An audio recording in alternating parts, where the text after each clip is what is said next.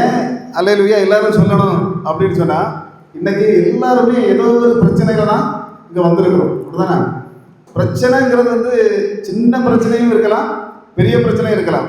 சில பேர்களுக்கு குடும்பங்கள்ல சின்ன பிரச்சனைகள் மட்டும் இருக்கலாம், சில பேருக்கு பிரச்சனையே வாழ்க்கையாக இருக்கலாம். ஆனா எப்படிப்பட்ட பிரச்சனையாக இருந்தாலும் சரி, முழங்கால் முடக்குவதற்கு 2 கால்களும், அழுவதற்கு 2 கண்களும், அல்லேலூயா சொல்வதற்கு ஒரு வாயும் இருந்தா எல்லா பிரச்சனையும் போகும். அல்லேலூயா அப்படிங்கிறது என்ன அர்த்தம் அப்படின்னா, கர்த்தரை ஸ்தோத்தரிப்போம் அப்படின்னு அர்த்தம். இந்த வேதாகமத்தில் பார்க்கும்போது 26 முறை அல்லேலூயா அப்படிங்கிற வார்த்தை எழுதப்பட்டிருக்கிறது. பழைய ஏற்பாட்டில் மட்டும் 22 முறை இந்த அல்லேலூயா என்கிற வார்த்தை எழுதப்பட்டிருக்கிறது.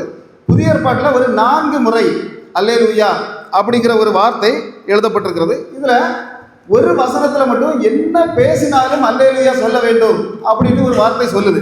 வேதாகமத்தில் 66 புஸ்தகங்கள் இருக்கு, 1189 அதிகாரங்கள், 31,175 வசனங்களும், 8,10,697 வார்த்தைகளும் தமிழ் வேதாகமத்தில் இருக்கிறது. இதுல பார்த்தா ஆமேன் என்கிற வார்த்தை 78 முறையும், அல்லேலூயா என்று சொல்லப்படுகிற வார்த்தை 26 முறையும் இடம்பெறுகிறது. ஆமேன் என்கிற வார்த்தை என்ன சொன்னாலும் திரும்ப சொல்ல வேண்டும் என்பதை 14 முறை சொல்கிறது இந்த வேதாகம். அல்லேலூயா கண்டிப்பாக என்ன சொன்னாலும் சொல்லணும் அப்படின்னு ஒரு வசனத்துல சொல்லப்படுகிறது. கொரோனா டைம்ல மட்டும் எங்க கூட பிரசங்கத்துக்கு வர அநேக டாக்டர்மாருக்கு கூட தொண்டையில ஆபரேஷன் பண்ணிட்டாங்க. இங்க இருக்கிறவங்க யாருக்கும் தொண்டையில ஆபரேஷன் பண்ணல அப்படின்னு நான் கர்த்தருக்குள் விசுவசிக்கிறேன். எனக்கு தொண்டையில ஆபரேஷன் பண்ணலன்னு சொல்றவங்க மட்டும் நல்ல கரங்களை தட்டுக்க பார்க்கலாம். ஆமே. இப்ப யாரும் இங்க இருக்கிறவங்க ஒரு மருந்தோட பலத்திலேயோ இல்ல மாத்திரையோட பலத்திலேயோ இல்ல குடிச்ச ஜூஸோட பலத்திலேயோ இங்க வந்து இருக்கிறோம் அப்படின்ட்டு யாருமே நினைக்க வேண்டாம். இங்க வந்திருக்கிறதெல்லாம் ஒரு கர்த்தரோட பலத்துல. பாத்தீங்கன்னா இப்போ ஏதோ சில பேர் வந்திருந்தாலும் இங்க வந்திருந்துட்டு அப்படி ஏதோ ஒரு விஷயத்துல மூழ்கி போய் இருப்பாங்க, முங்கி போய் இருப்பாங்க. இப்ப நோவா காலத்துல 150 நாள் மழை பெய்தது அப்படின்னு வேதாகமத்தில் வாசிக்கிறோம். ஆனா 150 நாள் மழையிலையும் நோவா முங்கி போகவே இல்லை. ஆனா ஒரே ஒரு கிளாஸ் தண்ணியை போட்டுக்கிட்டு முங்கி கிடந்தான், ட்ரெஸ் எல்லாம் விளைவி கிடந்தான் அப்படின்ட்டு இந்த வேதாகமம் சொல்லுது. தேவனுடைய காரியங்களில் முங்கி இருந்தா எந்தவித கஷ்டமும் வராது, நஷ்டமும் வராது, துக்கமும் வராது, சோகமும் வராது. ஆனா தேவ காரியங்களை விட்டு பின்தங்கி வேற எதிரையாவது நம்ம முங்க தொடங்கணும்னா நம்முடைய ஆடைகள் கூட என்ன செய்யும்?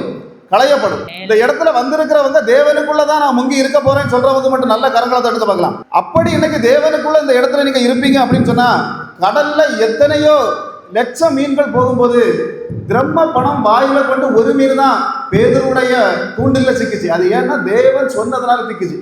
இன்னைக்கு இந்த இடத்துல வந்திருக்கிற சில பேருக்கு சில மீன்களை தேவன் சிக்க வைப்பார். 100க்கு அதிபதி ஒரு வார்த்தையை சொன்னான், ஆண்டவரே நீர் வாரதும் ஒண்ணுதான், உம்முடைய வார்த்தை வருவதும் ஒண்ணுதான், என்ன நடந்தாலும் எங்களுக்கு சுகம் கிடைக்கும். அதுபோல இன்னைக்கு தேவனுடைய வார்த்தை வரும்போதே எனக்கு ஒரு சுகம் கிடைக்கும் அப்படின்னு நம்புறவங்க மட்டும் அந்த பரத்துக்கு நேராக ஒரு தடவை கூட நல்ல கரங்களை தட்டி அல்லேலூயா. அப்ப இங்க வந்தபோது ஒரு வசனம் வேணும் ஆண்டவரை, ஆண்டவர்கிட்ட ஜெபித்த போது ஒரு வசனம் தந்தார். அந்த வசனத்தை வாசிக்க பார்க்கலாம். வெளிப்படுத்தின விசேஷம் 3:8. உன் கிரியைகளை அறிந்திருக்கிறேன், உனக்கு கொஞ்சம் பலன் இருந்தும் நீ என் நாமத்தை மறுதலியாமல் என் வசனத்தை கை கொண்டபடியினாலே இதோ திறந்த வாசலை உனக்கு முன்பாக வைத்திருக்கிறேன், அதை ஒருவனும் பூட்ட மாட்டான். என்ன வச்சிருக்க? திறந்த வாசலை, மற்றவர்கள் பூட்டக்கூடிய வாசலை எல்லாம் வச்சிருக்கிறது. தேவன் சொல்றாரு, திறந்த வாசலை உனக்கு என வைத்திருக்கிறேன், ஒருவரும் அதை பூட்ட மாட்டான். இந்த இடத்துல தேவன் தெளிவாக சொல்லுகிறார், இங்க வந்திருக்கிற சில பேருக்கு திறந்த வாசல்களை வைக்கிறார். நான் திறந்த வாசலை என் தேவன் வைத்திருக்கிறார் நம்புறவங்க மட்டும் நல்ல கரங்களை தட்டி அல்லேலூயா. இப்ப வாசல் அப்படின்ட்டு அந்த வசனத்துல வருது. வாசல் அப்படிங்கும்போது எருசலேமை சுற்றி அந்த மதில்களில் 12 வாசல்கள் இருந்தது அப்படின்னு சொல்லி நெகேமியா புஸ்தகத்தை வாசிக்க முடியும். அந்த நெகேமியா புஸ்தகத்துல இன்னும் கூட சொல்லப்படுகிறது, ஒவ்வொரு வாசலும் ஒவ்வொரு தேவ திட்டத்தின்படி ஒவ்வொரு காரியங்களுக்காக வைக்கப்பட்டிருந்தது அப்படின்னு வாசிக்கலாம். அடுத்தது பாத்தீங்கன்னா, இஸ்ரவேல் தேசத்தில் 12 கோத்திரங்களின் பெயர்கள்ல 12 வாசல்கள் இருந்தது அப்படின்னு போட்டிருக்கு. அப்ப அதுல 12 வாசல்களுக்கும் 12 விதமான மர்மங்கள் உண்டு. அதுபோல பரலோக ராஜ்யத்தில் 12 வாசல்கள் இருப்பதாக வெளிப்படுத்தின விசேஷம் சொல்கிறது. எல்லாமே 12 12 12. அப்போ அந்த 12 வாசலுக்கும் 12 பேருடைய பெயர்கள் இருக்கிறது என்கிறது, 12 கோத்திரங்களின் பெயர்கள் இருக்கிறது அப்படின்னு வேதாகமம் சொல்லுது. அப்போ இந்த வேதாகமத்தில் அநேக வாசல்கள் சொல்லப்படுகிறது. அநேக வாசல்களும் ஒவ்வொரு வாசல்களும் ஒவ்வொரு விடுதலைக்கு, ஒவ்வொரு அற்புதங்களுக்கு, ஒவ்வொரு காரியங்களுக்கு இருந்த வாசல்கள். இன்னைக்கு தேவன் சொல்லுகிறார், திறந்த வாசலை உங்களுக்காக. இன்னைக்கு இங்க வந்திருக்கவங்களுக்கு வைத்திருக்கக்கூடிய வாசல் திறந்த வாசல். வாசல்கள், சில வாசல்கள், ஒரு 3, 4 இல்லைன்னா ஒரு 5 வாசல்களை பற்றி பேசி இன்னைக்கு இதை முடிக்கலாம், ஜபத்தோடு முடிக்கலாம் என்று ஆசைப்படுகிறேன். முதல்ல வாசிக்க பார்க்கலாம். 2 நாளாகமம் 23:15. அவர்கள் அவளுக்கு இடமுண்டாக்கின போது அவள் ராஜாவின் அரண்மனையில் இருக்கிற குதிரைகளின் வாசலுக்குள் பிரவேசிக்கும் இடம் மட்டும் போனாள். அங்கே அவளை கொன்று போட்டார்கள். எங்க போனாள்? குதிரை வாசலுக்கு போனால் அங்கே அவளை கொண்டு போட்டார்கள். ஒரு பெண்ணை என்ன செய்யறாங்க? கொண்டு போடுகிறார்கள். எங்க வைத்து கொண்டு போடுகிறார்கள் அப்படின்னு சொன்னா குதிரையின் வாசலில் வைத்து கொண்டு போடுகிறார்கள் ஒரு பெண்ணை. அப்ப குதிரை அப்படிங்கிறது அந்த காலத்துல, ராஜாக்களின் காலத்தில், இந்த வேதாகமத்தில் ராஜாக்களின் காலத்தில் இந்த குதிரை அப்படின்னு சொல்றது வந்து அவர்களுடைய ஆடம்பரம், அவருடைய பலம். இதைத்தான் அன்னைக்கு குதிரை அப்படின்னு சொல்லப்பட்டது. குதிரைகள் அதுபடி ஒரு ஆடம்பரத்திற்கு ஒரு அறிகுறியாக இருந்தது. பாருங்க, இஸ்ரவேலை ஆட்சி செய்த ராஜாக்கள், முதலில் ஆட்சி செய்தது சவுல் 40 வருஷம் ஆட்சி செய்கிறார். இரண்டாவது தாவீது 40 வருடம் ஆட்சி செய்கிறார். மூன்றாவது சாலமோன் 40 வருடம். இப்படி 120 வருடங்கள் 3 பேரும் இஸ்ரவேல் தேசத்தை ஆட்சி செய்கிறாங்க. மற்ற 2 பேரை விடவும் அதிகமான குதிரைகளை வைத்திருந்தது யார் அப்படின்னு கேட்டா சாலமோன் வைத்திருந்தார் அப்படின்னு 1 ராஜாக்கள் 10:26 சொல்லுது. அதை வாசிக்க பார்க்கலாம். சாலோமன் ரதங்களையும் குதிரை வீரரையும் சேர்த்தான். அவனுக்கு 1400 ரதங்கள் இருந்தது. 12,000 குதிரை வீரரும் இருந்தார்கள். அவைகளை ரதங்கள் வைக்கும் பட்டணங்களிலும் அவர்களை எருசலேமின் தண்ணீரத்திலும் வைத்திருந்தார். 1400 ரதங்களையும் 12,000 குதிரைகளையும். மற்ற 2 ராஜாக்களும் இந்த அளவு வைக்கல. தாவீதும் வைக்கல, சவுலும் வைக்கல. சாலமோன் ராஜா இவ்வளவு ரதங்களையும் வைத்திருந்தார். இந்த குதிரைகளை வெளியில் கொண்டு போவதற்காக கட்டப்பட்ட வாசல் தான் குதிரை வாசல் என்று சொல்லப்படக்கூடிய வாசல். இதுல சாலமோன் குதிரைகள் மட்டுமல்ல வைத்திருந்தது, மனைவிகளையும் அதிகமாக வைத்திருந்தான் அப்படின்னு வேதாகமம் சொல்லுது. 1 ராஜாக்கள் 11:3 வாசிக்க பார்க்கலாம். எத்தனை மனைவிகள்? கிட்டத்தட்ட 1000 மனைவிகள் இருந்தாங்களா? இன்னைக்கு ஒரு மனைவி வச்சுட்டு என்ன செய்ய முடியாது, சமாளிக்கிறது பெரிய விஷயமா இருக்கும். அதனாலதான் அநேக புருஷர்கள் வரலன்னு நினைக்கிறேன். அப்படிதானே? இங்க வந்து இன்னைக்காவது மனைவியை விட்டு கொஞ்சம் பிரிஞ்சு வீட்டுல இருப்போம் அப்படின்னு சந்தோஷமா இருக்காங்கன்னு நினைக்கிறேன். அப்ப அந்த மாதிரி ஒரு மனைவியை வச்சுட்டே பயங்கர பிரச்சனையா இருக்கும். ஆனா இவன் எத்தனை வச்சிருந்தான்? 1000 மனைவி. இவன் பரலோகத்துல இவனை பார்த்தா ஒரு பெரிய அவார்டு இவனுக்கு கொடுக்கணும். இவன் வயது ஆக ஆக இந்த பெண்கள் இவனை என்ன பண்ணாங்க? வழிதப்ப பண்ணினார்கள் அப்படின்னு போட்டிருக்கு. அவங்க வந்து அநேக அவர்களுடைய தெய்வங்களை இவனை வணங்க செய்தாங்க, பலிபீடங்களை, ஆலயங்களை கட்ட செய்தார்கள். இப்போ இந்த காரணத்தினால இவனுடைய நாடு இவனுடைய காலத்துக்கு பிறகு 2ஆக பிரிகிறது. ஒன்று இஸ்ரவேல் தேசமாகவும் இன்னொன்று யூதா தேசமாகவும் பிரிகிறது. ஏன்னா இந்த பெண்கள்னால இவன் வழிதப்பி அநேக தெய்வங்களை இவன் வணங்க ஆரம்பித்தான். அந்த ஒரே காரணத்தினால தேவன் 2ஆக பிரிய அதை சம்பாதித்தார். தேவன் ஏற்கனவே சொல்லியிருந்தார், நீங்கள் குதிரைகளை சம்பாதிக்க கூடாது. என்ன செய்யக்கூடாது? குதிரைகளை சம்பாதிக்க கூடாது. அதுபோல பெண்களையும் அதிகமாக நீங்கள் வைத்திருக்க கூடாது. இப்படிங்கிறத தேவன் எதுல சொல்லியிருந்தார்னா உபாகமம் 17:16. அதை வாசிக்க பார்க்கலாம். அவன் அநேக குதிரைகளை சம்பாதியாமலும் அநேக குதிரைகளை தனக்கு சம்பாதிக்கும்படிக்கு ஜனங்களை திரும்ப எகிப்திற்கு போக பண்ணாமலும் இருக்க கடவன். இனி அந்த வழியாய் நீங்கள் திரும்பி போக வேண்டாம் என்று கர்த்தர் உங்களுக்கு சொல்லி இருக்கிறாரே. என்ன சொன்னாரு? குதிரைகளை சம்பாதிப்பதற்காக நீங்கள் திரும்பவும் எகிப்துக்கு போகக்கூடாது ஆண்டவர் சொல்லியிருக்கார். ரெண்டாவது அதுக்கு அடுத்த வசனத்துல சொல்றாரு அநேக ஸ்திரீகளை. அடுத்த வசனத்தை வாசிங்க. அவன் இருதயம் பின்வாங்கி போகாதபடி அவன் அநேக ஸ்திரீகளை படைக்க வேண்டாம், வெள்ளியும் பொன்னும் தனக்கு மிகுதியாய் பெருக பண்ணவும் வேண்டாம். இப்ப என்ன செய்யறாருன்னா, ஸ்திரீகளையும் அதிகம் வச்சிருக்க வேண்டாம், குதிரைகளையும் நீங்கள் அதிகமாக பெருக்க வேண்டாம்னு தேவனுடைய திட்டம். ஆனால் நாடு 2ஆக பிரிகிறது. பிரியும் போது அந்த யூதா நாட்டில், அதாவது இஸ்ரவேல் நாட்டை 19 ராஜாக்களும் யூதா நாட்டை 20 ராஜாக்களும் ஆண்டாங்க. அந்த நாட்கள்ல யூதாவின் 8வது ராஜாவாக யோவாஸ் என்கிற ராஜா ஆட்சி செய்யறான். யோவாஸ். இந்த யோவாஸின் காலத்துல தான் நம்ம முதல்ல வாசித்த ஒரு குதிரை வாசலில் வைத்து யாரை கொள்றாங்க? ஒரு பெண்ணை கொள்றாங்க. இந்த யோவாஸ் என்கிற 8வது ராஜாவின் காலத்துல தான் பெண்ணை கொலை பண்றாங்க. எதிர வச்சு? குதிரைகள் போகக்கூடிய இந்த குதிரை வாசலில் வைத்து கொலை பண்ணப்படுகிறார். அப்போ இவள் யார் அப்படின்னு சொன்னா, இவள் வந்து கிச்சன்ல வேலை செய்துகிட்டு இருக்கிற ஒரு சாதாரண சமையல்காரையோ, இல்ல பாத்திரங்களை துடைக்கிற ஒரு வேலைக்காரையோ இல்ல. இவள் யார் அப்படின்னா, இவள் ஒரு நாட்டுக்கு ராணி. யாரு இவள்? ஒரு நாட்டுக்கு ராணி. இவளைத்தான் எங்க கொண்டு வச்சு கொல்றாங்க அப்படின்னா, குதிரையின் வாசலில் வைத்து கொல்லப்படுகிறாள். இஸ்ரவேலில் இவள் 6 வருடங்கள், யூதா நாட்டை 6 வருடங்களாக இவள் வாழ்ந்து கொண்டிருக்கிறாள். இவள் எப்படி ஆளுகிறாள் அப்படின்னு சொன்னா, அதாவது இஸ்ரவேல் தேசத்தில், அதாவது இவளுடைய அப்பா அம்மாவுடைய சரித்திரத்தை முதல்ல எடுத்து பார்க்கணும். இவளுடைய பெயர் என்ன அப்படின்னா அத்தாலியாள். இவளுடைய அப்பா அம்மாவுடைய சரித்திரத்தை பார்த்தா மட்டும்தான் நமக்கு இந்த விஷயம் தெளிவாக புரியும். இவளுடைய அப்பா யார், அம்மா யார் அப்படின்னா இஸ்ரவேலின் ராஜாவாக ஆகாப் என்கிற ஒரு ராஜா ஆட்சி செய்யறான். இவன் 7வது ராஜா. இந்த ராஜா தான் எலியா காலத்தில் அவங்ககிட்ட பிரச்சனை பண்ணின ஒரு ராஜா. பாருங்க, இவனுக்கு நாட்டில் பஞ்சம் வந்த போது பக்கத்து நாடு சீதோன் நாட்டிலேருந்து ஒரு பெண்ணை கல்யாணம் பண்ணான். ஏன் கல்யாணம் பண்ணா அப்படின்னு சொன்னா, அவள் மலையை கொண்டு வருகிற தெய்வமான பாகல் என்கிற தெய்வத்தை வழங்கி கொண்டிருந்தவள். அவள் யாருன்னா சீதோன் நாட்டு ராஜா. அதாவது சீதோன் ராஜா அப்படின்னு சொன்னா அந்த பாகல் தேவனுடைய பெரிய ஆசாரியன். அவன் ராஜாவாகவும் இருந்தான். அவனுடைய மகளை இவள் கல்யாணம் பண்ணி கொண்டு வரான். யார்? ஆகாப் ராஜா. அந்த ஆகாப் ராஜா கல்யாணம் பண்ணி இங்கே கொண்டு வந்த உடனேயே இவள் இந்த நாட்டுக்குள் வந்து இஸ்ரவேல் தேசம் முழுவதும் யெகோவா தேவனை மறக்க பண்ணினாள். உலகம் முழுவதையும் விக்கிரகங்களால் நிறைத்தாள். அந்த இஸ்ரவேல் தேசம் முழுவதும் விக்கிரகங்களால் நிறைந்தது. பாகல் தெய்வத்தை வணங்க ஆரம்பித்தார்கள்.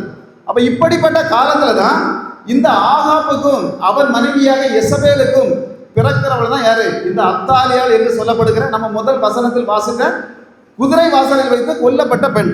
அப்ப இவள் ஏன் கொல்லுறாங்க அப்படின்னு சொன்னா, இவளை முதல்ல கல்யாணம் பண்ணி கொடுக்குறாங்க. இவளுக்கு தேசம் இஸ்ரவேல் தேசம். பக்கத்து நாடான யூதா தேசத்தில் யோராம் என்கிற ஒரு ராஜா ஆட்சி செய்து கொண்டிருக்கிறான். அந்த யோராம் ராஜாவின் மகனுக்கு இவளை கல்யாணம் பண்ணி கொடுக்குறாங்க. யாருக்கு கொடுக்குறாங்க? இவளை கல்யாணம் பண்ணி கொடுக்குறாங்க. இவ அங்க போகிறா. அப்போ இஸ்ரவேல் தேசமும் திரும்பவும், அதாவது சாலமோன் காலத்தில் சேர்ந்திருந்து பிறகு 20 ராஜாக்களின் காலங்களில் பிரிந்திருந்த இந்த தேசங்கள் இவளை இஸ்ரவேல் தேசத்திலிருந்து யூதா தேசத்திற்கு திருமணம் செய்து கொடுத்ததுனால அங்க என்ன நடக்குதுன்னா 2 நாடுகளும் இப்ப திரும்பவும் என்ன செய்யுது? ஒண்ணுக்குள்ள ஒன்னாக ஆகிறது. அப்போ இந்த இஸ்ரவேல் தேசத்தில் இருந்த ஆகாப் ராஜா, அதாவது இந்த அத்தாலியாளுடைய தகப்பன், இவன் வந்து பெரிய விக்கிரகக்காரன், இவனுடைய அம்மா பெரிய விக்கிரகக்காரி. இவங்க என்ன பண்றாங்க அப்படின்னா அந்த நாட்டுக்குள்ளேயே அந்த விக்கிரகத்தை என்ன செய்யறாங்க? கொண்டு போய் வைக்க செய்யறாங்க. அப்ப அப்படி சொல்றதுனால தேவன் என்ன செய்தார் அப்படின்னா, அங்கே ஆண்டு கொண்டிருந்த இந்த அத்தாலியாளுடைய கணவர், புது மாப்பிள தான், அவனை குடல் நோய்களினால் கொலை செய்தார். என்ன நோய்? ஆமா, இப்ப அல்சர் அப்படின்னு சொல்லுவாங்க, அப்படிதானே? இந்த குடல் நோயினால அவன் மரித்து போகிறான். இப்போ இந்த அத்தாலியாள் விதவையானாள். புருஷன் செத்தா விதவை தானே? அப்போ அவள் விதவை ஆகிறாள். இப்போ என்ன செய்தார் அப்படின்னு சொன்னா, அவளுக்கு ஒரு மகன் இருந்தான். இது இறந்து போனவனுக்கும் இவளுக்கும் அத்தாலியாளுக்கு ஒரு மகன் இருக்கிறான். அவனுடைய பேர் தான் அகசியா. அப்போ அந்த அகசியா ராஜா ஆட்சிக்கு வருகிறான். தகப்பன் இறந்ததுனால இவன் ஆட்சிக்கு வருகிறான். இந்த நேரத்தில் யெகூ என்கிறவனை இவனை என்ன செய்தான் அப்படின்னா, இந்த அத்தாலியா என்ன செய்கிறார்? தன்னுடைய மகனை அந்த விக்கிரகங்களை ஆராதிக்க, அந்நிய தெய்வங்களை ஆராதிக்கிற தூண்டுகிறான். அப்ப இப்படி தூண்டுறதுனால தேவன் அவனுடைய மேலும் கோபம் வந்து என்ன செய்யறாருன்னா, அகசியா ராஜாவை யெகூ என்கிற சேனாதிபதியை எழுப்பி அவனையும் கொலை செய்கிறார். இப்ப என்ன ஆகி போச்சுன்னா, அத்தாலியாளுக்கு புருஷனும் இறந்தாச்சு, மகனும் 2 பேருமே இறந்தாச்சு. இப்ப இவ விதவையாக நிற்கிறான். இப்ப விதவையாக நிற்கக்கூடிய இந்த அத்தாலியாளுக்கு அடுத்த ஆசை வந்தது என்ன அப்படின்னா, இனி இந்த நாட்டை நாம ஆளணும், எதை செய்யணும். ஆனா அநேக பேருக்கு இப்ப அப்படிதானே, குடும்பத்தை ஆளணும், சபையை ஆளணும், இப்படியெல்லாம் சில பேருக்கு என்ன வரும். இந்த மாதிரி புருஷனையும் மகனையும் இழந்ததுனால அத்தாலியாளுக்கு நான் தான் என்ன செய்யணும், ராணியாக இந்த நாட்டுக்கு மாறணும், இனி யாரும் ராஜாவாக வரக்கூடாதுங்கிற ஒரு ஒற்ற நோக்கத்துல அங்க இருந்த தாவீதின் வழியில் வந்த எல்லா ராஜகுமாரர்களையும் கொன்று புதைத்தாள். எல்லாவரையும் கொண்டுட்டாங்க. எத்தனை பேர் இருந்தாங்களோ ராஜ அரண்மனையில் இருந்த எல்லாரையுமே இவள் கொலை செய்கிறாள். இப்படி கொலை செய்து இருக்கும்போது அதுல ஒருத்தன் தப்பிக்கிறான். யார் அப்படின்னா, இந்த அத்தாலியாளுடைய சொந்த மகனான அகசியாவுடைய ஒரு மகன் இருந்தான், யோவாஸ். அவருக்கு வயசு, அதாவது 1 வயது தான் ஆயிருக்கு. அந்த நேரத்தில் என்ன, இவனை, இந்த சின்ன குட்டி ராஜகுமாரனை மட்டும் இந்த அத்தாலியாளுக்கு கையில் இருந்து அவளுடைய நாத்தனார் என்ன செய்துட்டா, தூக்கிட்டு போய் அப்படின்னா அது யார் நாத்தனார் அப்படின்னா, நாத்தனார் யாருக்கு? மைனியார்னு சொல்லுவாங்க, அப்படிதானே? இந்த அத்தாலியாளுடைய கூட, அதாவது கணவனுடைய கூட பிறந்த சகோதரி. இவ என்ன செய்யறா அப்படின்னா, திருடி கொண்டு போனாள் அப்படின்னு வேதாகமத்தில் போட்டிருக்கு. அந்த சின்ன குட்டி ராஜகுமாரனை இவ கொன்னுடக்கூடாதுங்கிறதுக்காக அப்படியே என்ன செய்துட்டா, தூக்கி கொண்டு போய் அந்த ஆலயத்துல, யெகோவா தேவனின் ஆலயத்துல ஆசாரியனாக இவளுடைய கணவன் தான் இருக்கிறான். அப்போ அந்த ஆசாரியனுக்கு கையில கொண்டு கொடுத்ததுனால இந்த குட்டி ராஜகுமாரன் 6 வருடங்களாக அந்த ஆலயத்துக்குள்ள வளர்கிறான். அல்லேலூயா. நல்ல கரங்களை தடுங்க பார்க்கலாம். உங்க பிள்ளைகள் ஆலயத்துக்குள்ள வளர்றாங்களா? இன்னைக்கு ஆலயத்துக்குள் வளரக்கூடிய பிள்ளைகள் உயர்ந்த நிலையில பாருங்க. இந்த பையன் சின்ன வயசுல கொண்டு போகப்பட்ட பையன் யோவாஸ் என்கிற பையன், அதாவது குட்டி ராஜகுமாரன் 6 வருடங்களாக இந்த இடத்துல ஆலயத்துக்குள்ளேயே இந்த பொல்லாத அத்தாலிகளுக்கு கண்களுக்கு தப்பி இவன் வளர்ந்து கொண்டு இருக்கிறான். பாருங்க, 7வது வருடம் ஆகிறது. 7வது வருடம் ஆகிற உடனே உள்ள இருக்க ஆசாரியன் என்ன செய்கிறான் அப்படின்னா, நேரடியாக போய் இவனை 7வது வயசுலேயே இனி ராஜாவாக மாற்றணும். என்ன செய்யணும்? ராஜாவாக மாற்றணும். இன்னைக்கு இங்க வந்திருக்கிற சில பேரை பார்த்து தேவன் தெளிவாக சொல்லுகிறார், உங்களுடைய பிள்ளைகளை ராஜாவாக மாற்றுவார். நம்புறவங்க மட்டும் நல்ல கரங்களை தட்டுக்க பார்க்கலாம். சில பிள்ளைகளை தலைமுறைகளையும் ராஜாக்களாக ஆண்டவர் மாற்றுவார். அல்லேலூயா. அப்ப பாருங்க, இந்த ராஜகுமாரனை 7 வயது ஆகும்போது இவனை ராஜாவாக மாற்றலான்னு உள்ள இருக்க ஆலயத்தில் இருக்க ஆசாரியனுக்கு ஆசை வருகிறது. உடனடியாக அவங்க என்ன செய்யறாங்க அப்படின்னா, அங்க இருந்த சேனாதிபதிகளை கூப்பிட்டு, நீங்க இனி அத்தாலியாளுக்கு எந்த சப்போர்ட்டும் பண்ணாண்டா, நீங்க எங்க கூட வந்தாலே போதும், உங்களை வாழ வைக்கிறோம் அப்படின்னு சொன்னது மட்டுமில்ல, தாவீது அந்த ஆலயத்துக்குள் கொண்டு வைத்திருந்த அத்தனை அம்பு, ஈட்டி, வாள் எல்லாத்தையும் தூக்கி அவங்க கையில கொடுக்குறாங்க. அதுல என்ன நடக்குதுன்னா, எல்லாத்தையும் அவங்க கையில வாங்கிக்கிட்டு இந்த ராஜாவை ஆலயத்திற்குள் வைத்து ராஜாவாக இந்த ஆசாரியன் என்ன செய்யறான்? அபிஷேகம் பண்ணுகிறான். அபிஷேகம் பண்ணும்போது இவள் ராணியாக 6 வருடம் அந்த இஸ்ரவேல் தேசத்தை ஆண்டு கொண்டிருந்த இவளுக்கு காதுக்கு போகுது. ராஜாவை ஆலயத்துக்குள்ள வச்சு என்ன செய்தாங்க? அபிஷேகம் பண்ணிவிட்டாங்க. அப்படிங்கிறத அறிஞ்சதுனால அங்கிருந்து ஓடி வருகிற சத்தம் போட்டு 1 ராஜாக்கள் 11-14 வாசிக்க பார்க்கலாம். அத்தாலியாள் தன் வஸ்திரங்களை கிழித்துக் கொண்டு துரோகம் துரோகம் என்று கூறினாள். ராஜாவுக்கு அபிஷேகம் பண்ணதை பார்த்த இந்த அத்தாலியாள் துரோகம் துரோகம் என்று சத்தம் போட்டார். அப்போ உடனே ஆசாரியன் என்ன செய்தான்னா, சேனாதிபதிகள்கிட்ட சொன்ன வார்த்தை, இந்த ஆலயத்துக்குள்ள வைத்து நீங்க என்ன செய்யக்கூடாது, அவளை கொல்லக்கூடாது, குதிரை வாசலுக்கு கொண்டு போய் கொல்லுங்கள். பாருங்க, குதிரை வாசலுக்கு இந்த அத்தாலியாள் என்கிற அந்த நாட்டின் ராணி கொண்டு போகப்படுகிறாள். இது என்ன செய்யறாங்கன்னா, அவங்க வாள் வைத்து வெட்டி கொல்லுறாங்க. அப்ப பாருங்க, அந்த இடத்துல குதிரை வாசல் என்று சொல்லப்படுவது ஒரு நாட்டின் அசுத்த சக்தி, ஒரு இருட்டின் சக்தி, ஒரு அந்தகார சக்தியை அழிக்கக்கூடிய ஒரு இடமாக அந்த வேதாகமத்தை நம்ம பார்க்கிறோம். இன்னைக்கு இந்த இடத்துல வந்திருக்கிற உங்களுக்கு தேவன் தெளிவாக சொல்லுகிறார், திறந்த வாசலை வைத்திருக்கிற தேவன் உங்க வீடுகளை சுற்றி இல்ல உங்க குடும்பங்களை சுற்றி எந்த விதமான அந்தகார சக்திகள் போராடினாலும் அத்தனையும் அழிப்பேன் சொல்றார். என்ன ஒரு வாசல்? அந்த வாசிக்க லூக்கா 7:12. அவர் ஊரின் வாசலுக்கு சமீபித்த போது மரித்து போன ஒருவனை அடக்கம் பண்ணும்படி கொண்டு வந்தார்கள். அவன் தன் தாய்க்கு ஒரே மகனாயிருந்தான், அவளோ கைம்பெண்ணாயிருந்தாள். ஊராரின் வெகு ஜனங்கள் அவளுடனே கூட வந்தார்கள்.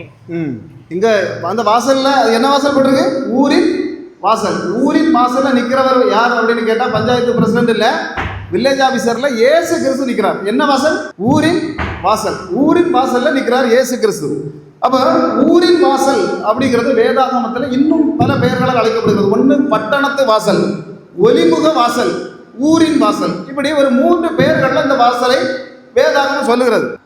இது எதுக்காக வைக்கப்பட்டிருந்தது அப்படின்னா, சுவர்களில் அந்த மதில்களில் வைக்கப்பட்டிருந்த வாசல். எல்லா பட்டணங்களிலும் இப்போ உங்க ஊரை சுற்றி ஒரு மதில் வச்சிருந்தாங்கன்னா அந்த மதில் வைக்கப்பட்ட வாசல் தான் என்னது? ஒரு ஊர் நடுவில் இருக்க சுற்றி இருக்கக்கூடிய மதிலில் இருக்கக்கூடிய வாசல் தான் ஊரின் வாசல் என்று சொல்லப்படுகிறது. அப்போ இதில் என்னதெல்லாம் நடக்கும் அப்படின்னு சொன்னால், சந்தைகள் கூடுவாங்க, நீதிமன்றங்கள் கூடுவார்கள், அறிவிப்புகள் கொடுக்கும் இடமாக இது இருக்கும், சபை கூடுகிற இடமாக இருக்கும், தீர்மானங்கள் நாம இப்போ போடணும்னா சர்ச்சில் வச்சு தீர்மானம் போடுவாங்க. ஆனால் அங்கே ஊரின் வாசல், அந்த கால யூதர்கள் அதாவது எந்த திட்டமும் சட்டமும் போடக்கூடிய இடம் இந்த ஊரின் வாசல் என்று சொல்லப்படக்கூடிய இடம். அப்போ அதில் ஏன் இவங்கெல்லாம் போய் இருக்கிறாங்க அப்படின்னு சொன்னால், நம்ம ரூத்தின் சரித்திரத்தை எடுத்து வாசித்தா தெரியும். அங்கேயும் போவாஸ் போய் இந்த பட்டணத்து வாசலில் இருந்தான் அப்படின்னு போட்டு அதை வாசிக்க பார்க்கலாம். ரூத் 4:1. போவாஸ் பட்டண வாசலில் போய் உட்கார்ந்து கொண்டிருந்தான். அப்பொழுது போவாஸ் சொல்லி இருந்த அந்த சுதந்திரவாளி அந்த வழியே வந்தான். அவனை நோக்கி, எதுக்கு போய் இருக்கிறார் அப்படின்னு சொன்னா, இவர் போவாஸ் ஏன் போய் இருக்கிறார் அப்படின்னா, ரூத்துடைய கணவன் இறந்தாச்சு. இப்ப ரூத்தை போவாஸுக்கு திருமணம் செய்யணும். போவாஸுக்கு யாரை கல்யாணம் பண்ணணும்? ரூத்தை திருமணம் செய்யணும். அப்ப அந்த ரூத்தை திருமணம் செய்வதற்காக இவர் போய் அந்த பட்டண வாசலில் இருந்தார் அப்படின்னு போட்டிருக்கு. ஏன் அங்க போய் இருந்தார் அப்படின்னு சொன்னா, அதுக்கு நிறைய ப்ரொசீஜர் உண்டு. ஒரு பெண்ணை, ஒரு கணவனை இழந்த ஒரு பெண்ணை திருமணம் செய்யணும்னா யூத முறைப்படி நிறைய ப்ரொசீஜர் உண்டு. இப்ப பாத்தீங்கன்னா அநேக பேர் பிள்ளைகள் என்ன செய்வாங்க, அப்பாவுக்கு போலீஸ் ஸ்டேஷன்ல போய் நின்றுட்டு போன் பண்ணுவாங்க, அப்பா எனக்கு இன்னைக்கு கல்யாணம் நீங்க வந்து நடத்தி வைங்க அப்படின்னு சொல்லுவாங்க. இப்போ கொஞ்ச நாளைக்கு முன்னாடி எங்க ஊர் பகுதியில் ஒரு போலீஸ் ஸ்டேஷன்ல ஒரு விஷயம் நடந்தது. என்னன்னா, 2 பேர் வந்தாங்க, எங்களுக்கு மேரேஜ் நடத்தி வைக்கணும் அப்படின்னு வந்து இன்ஸ்பெக்டர்கிட்ட சொன்னாங்க. அப்போ இன்ஸ்பெக்டர் விசாரிச்சார், நீங்க யார் அப்படின்னு விசாரிக்கும் போது சொன்னது என்னன்னா, அவன் வந்து ஆண் வந்து திருமணம் ஆகாதவன் தான், ஆனால் பெண் வந்து திருமணம் ஆனவள். ஏற்கனவே திருமணமாகி அவளுடைய புருஷன் வெளிநாட்டில் இருக்கான், துபாயில் தேசத்தில். அவளுக்கு ஒரு பிள்ளையும் இருக்கு. இப்போ எப்படின்னா புருஷன் ஊருக்கு வந்திருக்கிறதுனால ஓடி போய் வேற ஒருத்தரை பிடிச்சிட்டு கொண்டு ஸ்டேஷன்ல போய் தஞ்சம் அடைஞ்சு நிற்கிறான். எப்படி அவனே என்னையும் திருமணம் செய்து வைங்க. இப்போ என்னன்னா கூப்பிட்டு வச்சு விசாரிக்கும் போது அவளுடைய பிள்ளை சொல்லுது, அம்மா எங்க கூட வந்துரு, எங்க கூட வந்துருன்னு கதறி ஸ்டேஷனுக்குள்ள வச்சு அழுது. ஆனால் இவன் என்ன சொல்றான்னா, நான் அவன் கூட போக மாட்டேன், கணவன் கூட போக மாட்டேன், யார் கூட போவேன், ஆமா வந்திருக்கிறவங்க கூட தான் நான் போவேன் அப்படின்னு சொல்லி சொல்றான். இதுதான் இன்னைக்கு நடக்குது. ஆனா அந்த காலத்துல சும்மா கைமண் கணவனை இழந்த ஒரு பெண்ணை கல்யாணம் பண்ணணும்னா சும்மா போய் ஒன்றும் தெரிஞ்சிக்க முடியாது, திருமணம் செய்ய முடியாது. ஏன் அப்படின்னு சொன்னா அங்க சட்டம் மோசை கொடுத்திருந்தார்.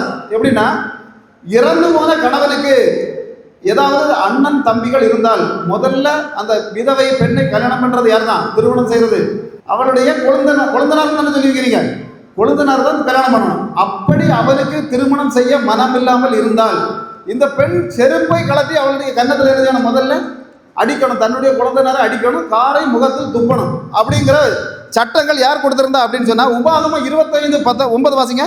அப்போ என்ன நடக்குதுன்னா இங்க வந்து இவளுடைய ரூத்தின் கணவனுக்கு கூட பிறந்த சகோதரர்கள் இல்லை.